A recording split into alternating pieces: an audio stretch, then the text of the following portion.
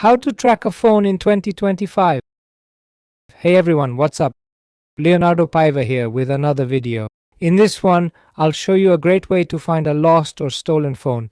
I tried this with my father-in-law's phone and it worked. He left it on his sister's car, she drove off and it fell on the street. Using this feature, we tracked it down. We went there, looked around, didn't see it at first. It was in a car, making it tricky, but we found it. We knocked on the car, said we were looking for my father-in-law's phone. The guy rolled down the window and handed it over. Not sure if he was waiting, but anyway, this feature works for Android phones. It's crucial, folks, to know the phone's email address. So when you're setting up, you set up a phone, you put in the Gmail address, right?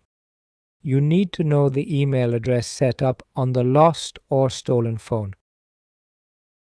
Alright, let's get started. In the Google search bar, type Google Find My Device. Click on the first option, Find My Device. Or you can directly enter google.com/android/find. Can you see mine here? I'm logged in, so it automatically shows my phone's location. It shows when it was last seen, battery level and more. There's an option to play a sound on the phone. You can also protect the device, locking it remotely.